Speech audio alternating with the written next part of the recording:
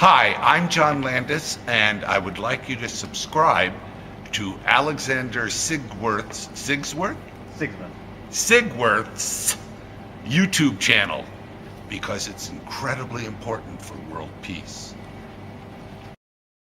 I really enjoyed it. The patients, as they're being called, reinforce the concept of what the Cybermen are. What makes the Cybermen creepy is that they're still somewhat human. It's the uncanny valley. That's why the Mondasian Cybermen are the best Cybermen, because they're the most man-like. The patients take that a step further to show people halfway through the transformation. Men they are no longer, but cyber they are yet not. Cybermen, I've always thought, are zombies, dead men walking, and making their early form to be patients in a hospital that are basically dead is a lot more recognisable because it's more familiar and believable, therefore all the more creepy. Patients always being in pain and the Cybermen no longer caring about the pain they feel makes the Cybermen not only a horror film monster, but a tragic figure also, which only makes them creepier still because of it. Turns out that, ironically, the Cybermen are the most emotionally complex beings in the Doctor Who universe. As showrunner Stephen Moffat's on his way out, his style's coming full circle, with hospital patients that wear masks repeating the same words monotonously being used as psychological devices. You could say the same thing about Bill Potts' fate repeating the storyline of Danny Pink from Death in Heaven, except that I care about Potts. Plus, the sci-fi concept at the heart of the episode is about the way that space-time can be distorted in reality, which in turn manipulates the narrative structure.